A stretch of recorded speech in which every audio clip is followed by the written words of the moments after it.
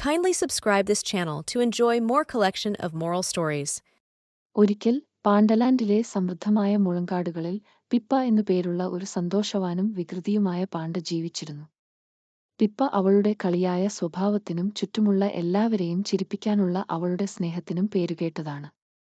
മൃഗങ്ങളുമായി, പ്രത്യേകിച്ച് പക്ഷികളുമായി ആശയവിനിമയം നടത്താനുള്ള അതുല്യമായ കഴിവ് അവൾക്കുണ്ടായിരുന്നു. ഒരു സുപ്രഭാതത്തിൽ അവളുടെ തലയിൽ ഒരു ആശയം മുഴങ്ങിയതോടെയാണ് പിപ്പ ഉണർന്നത്. പാണ്ഡലാൻഡ് കണ്ടിട്ടുള്ളതിൽ വച്ച് ഏറ്റവും വലിയ കോമഡി ഷോ സംഘടിപ്പിക്കാൻ അവൾ ആഗ്രഹിച്ചു. വാർത്ത വേഗത്തിൽ പ്രചരിച്ചു. വരാനിരിക്കുന്ന ഇവന്റിനെക്കുറിച്ച് എല്ലാ മൃഗങ്ങളും ആവേശഭരിതരായി. പിപ്പയുടെ ഉറ്റ സുഹൃത്ത് എല്ല എന്നു പേരുള്ള ഒരു ജാനിയായ ആന വാർത്തയുടെ കാറ്റിൽ പെട്ടു കോമഡി അന്വേഷണത്തിൽ ചേരാൻ തീരുമാനിച്ചു. കാടിന്റെ വിവിധ കോണുകളിൽ നിന്ന് കഴിവുള്ള പക്ഷികളെ ക്ഷണിച്ചുകൊണ്ടാണ് പിപ്പയും എല്ലയും യാത്ര ആരംഭിച്ചത്.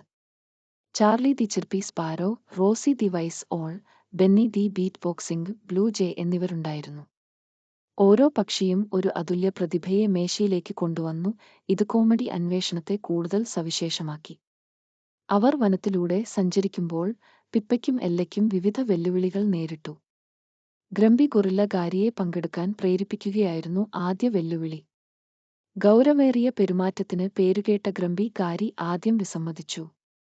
എന്നിരുന്നാലും പിപ്പയുടെ മനോഹാരിതയും വിവേകവും കുറച്ച് തമാശകളും ഗാരിയുടെ മുഖത്ത് ഒരു പുഞ്ചിരി വിടർത്താൻ കഴിഞ്ഞു. കൂടാതെ അദ്ദേഹം കോമഡി അന്വേഷണത്തിൽ ചേരാൻ സമ്മതിച്ചു. നദിക്കരയിൽ എത്തിയപ്പോഴാണ് രണ്ടാമത്തെ വെല്ലുവിളി വന്നത്. മാൻഡി എന്ന കുസൃതി കുരങ്ങൻ കാവൽ നിൽക്കുന്ന ഒരു ദുർഘടമായ പാലം മാത്രമായിരുന്നു കടക്കാനുള്ള ഏക മാർഗം. പാലം കടക്കാൻ ശ്രമിക്കുന്ന ആരോടും തമാശ കളിക്കാൻ മാൻഡി ഇഷ്ടപ്പെട്ടു.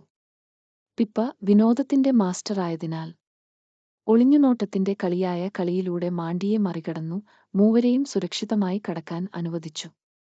അക്കരെ എത്തിയപ്പോൾ മനോഹരമായ ഒരു പുൽമേട്ടിൽ അവർ ഇടറി വീണു. അവിടെ നൃത്തം ചെയ്യുന്ന ഒരു കൂട്ടം ചിത്രശലഭങ്ങളെ കണ്ടെത്തി.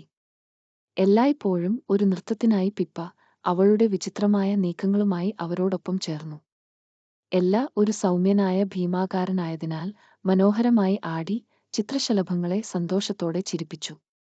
വരാനിരിക്കുന്ന കോമഡി അന്വേഷണത്തെക്കുറിച്ച് പ്രചരിപ്പിക്കുമെന്ന് ചിത്രശലഭങ്ങൾ വാഗ്ദാനം ചെയ്തു. അവർ യാത്ര തുടരവേ ടെറി എന്നു പേരുള്ള ഒരു ബുദ്ധിമാനായ ആമയെ കണ്ടുമുട്ടി. ചിരിയുടെ പ്രാധാന്യത്തെക്കുറിച്ചും അത് എങ്ങനെ എല്ലാവരെയും ഒരുമിച്ച് കൊണ്ടുവന്നതിനെക്കുറിച്ചും ടെറി തന്റെ ജ്ഞാനം പങ്കുവച്ചു. ടെറിയുടെ വാക്കുകളിൽ പ്രോത്സാഹനം ലഭിച്ച പിപ്പയും എല്ലയും കോമഡി ക്വസ്റ്റ് വെറുമൊരു ഷോ മാത്രമല്ല, കാടിന്റെ ക്ഷേമത്തിനായുള്ള ധനസമാഹരണ പരിപാടിയാക്കാൻ തീരുമാനിച്ചു. മഹത്തായ കോമഡി അന്വേഷണത്തിന്റെ ദിവസം വന്നെത്തി. പാണ്ഡലാൻഡിൽ നിന്നുള്ള മൃഗങ്ങൾ പ്രതീക്ഷയോടെ ഒത്തുകൂടി. പിപ്പയും എല്ലയും പക്ഷികളും ഗ്രമ്പി ഗാരിയും മാൻഡിയും ടെറിയും വരെ തങ്ങളുടെ കഴിവുകൾ പ്രകടിപ്പിക്കാൻ തയ്യാറായി. കോമഡി ക്വസ്റ്റ് വൻ വിജയമായിരുന്നു. പിപ്പയുടെയും എല്ലയുടെയും പ്രകടനങ്ങൾ എല്ലാവരെയും പിളർന്നു. പക്ഷികൾ ചിരിക്ക് ഒരു സ്വരമാധുര്യം നൽകി. ഗ്രമ്പി ഗാരി തന്റെ രസകരമായ കഥകളിലൂടെ എല്ലാവരെയും അത്ഭുതപ്പെടുത്തി. മാൻഡിയുടെ കളിയായ തമാശകൾ ആനന്ദകരമായ തന്ത്രങ്ങളായി മാറി. കാടിന്റെ അടിസ്ഥാന സൗകര്യങ്ങൾ മെച്ചപ്പെടുത്തുന്നതിനും മൃഗങ്ങളുടെ ആവശ്യങ്ങൾ നിറവേറ്റുന്നതിനും ഉപയോഗിച്ചിരുന്ന മുളകൾ ഈ സംഭവം ഗണ്യമായി ഉയർത്തി. അവസാനം ചിരിക്ക് ആളുകളെ ഒരുമിച്ച് കൊണ്ടുവരാനും തടസ്സങ്ങൾ തകർക്കാനും ലോകത്തെ മികച്ചതാക്കാനുമുള്ള ശക്തിയുണ്ടെന്ന് പിപ്പയും എല്ലയും മനസ്സിലാക്കി.